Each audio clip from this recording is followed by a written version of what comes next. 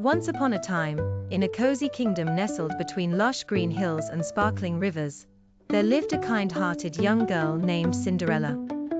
Unlike the stories you've heard before, Cinderella's tale was filled with excitement, magic, and valuable lessons. Cinderella's life had been filled with happiness until her father passed away. He had been a wise and loving man who always taught Cinderella to be brave, kind, and adventurous. After his passing, Cinderella's life changed dramatically. She was left with her stepmother and two stepsisters, who were not as kind-hearted as her father had been. They were always grumpy and made Cinderella do all the chores in the house. One sunny morning, while Cinderella was dusting the grand, old library of their manor, a sparkling letter appeared in the air, fluttering down to her. The letter was adorned with colorful, magical symbols and bore the royal seal. It was an invitation to the grandest ball the kingdom had ever seen. The royal ball was famous throughout the land. The prince was hosting it to find a special friend to share adventures with. Cinderella's heart skipped a beat. She dreamed of attending the ball, but her stepmother had other plans. "You? At the ball," sneered her stepsisters. "You're only fit to clean up after us. We'll be the ones dancing with the prince." Cinderella's stepmother agreed. "Indeed. You can stay home and finish these chores. There's no place for you at the ball." With a heavy heart, Cinderella began her tasks. As she scrubbed the floors and dusted the shelves, she sighed wistfully.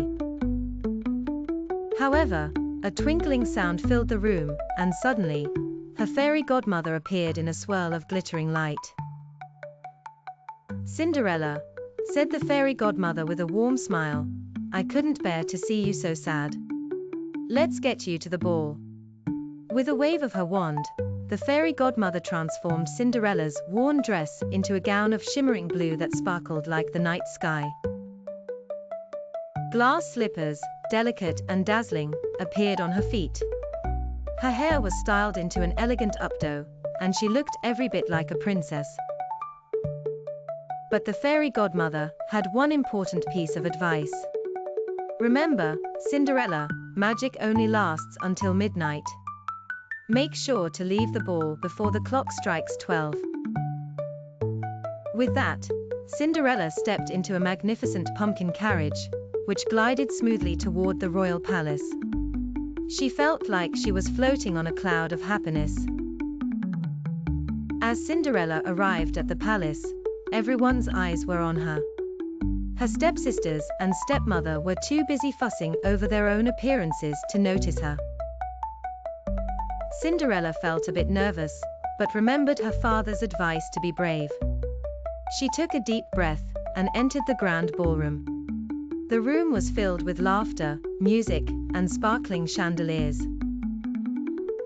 The prince, who had been looking rather bored as he danced with many guests, immediately noticed Cinderella. He was mesmerized by her beauty and grace. "May I have this dance?" asked the prince with a charming smile. Cinderella nodded, and they danced together,